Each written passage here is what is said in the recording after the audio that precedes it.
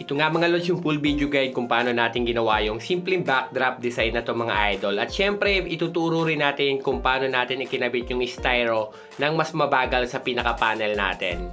Dito nga mga lods, ang ating size ng panel is 1.8. Binawasan ko lang siya ng 2 tubo mga lods kaliwat kanan para mas bumaba. Tapos gumamit pala ako rito ng spandex na cloth. Ang size pala ng spandex cloth natin dito is 2.5 yard. Kung mapapansin nyo, medyo bitin pero pinilit ko lang din talagang ikabit. Dahil sample video lang to, dito is gagawa lang tayo ng simpleng backdrop design.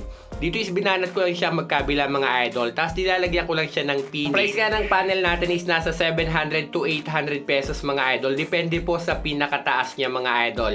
At dito nga mga lods, mas maganda kung bibili kayo ng spandex na cloth. At least meron kayong 3 yards to 4 yards is okay na. Sobra na po yun mga lods. Kung mapapansin nyo, medyo bitin na sa ilalim pero pinilit ko pa rin siyang hatakin dyan mga idol para mas malinis lang mga idol.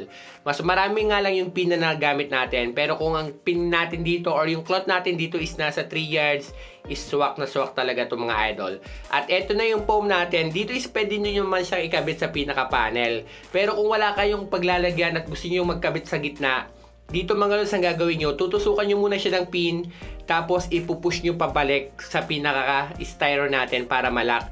Dito is tutusok lang natin, tapos ipush nyo siya pabalik na ganito. Diinan nyo lang, tapos itulak nyo sa pinaka-ibabaw para lumubog yung pin. Sa ganitong design mga lods or sa ganitong setup, mas maganda kung ang gagamitin yung pin, yung head pin or yung malalaki, yung may beads para mas mahaba yung pin.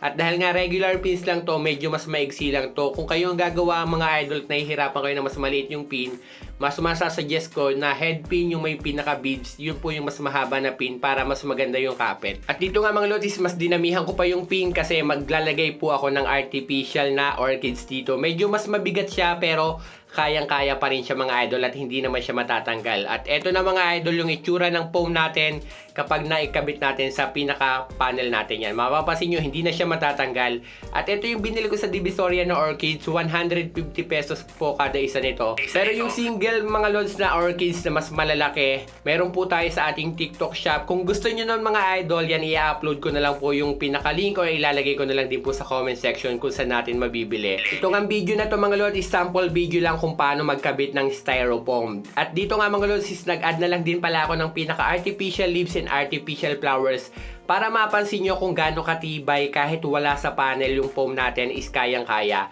Mapapansin nyo, mabigat na yan pero hindi pa rin natatanggal yung foam natin. Sana nagkaroon kayo ng idea.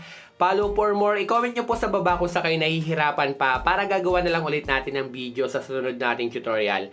Hanggang dito na nga lang po. Sana nagustuhan nyo. Maraming pong salamat.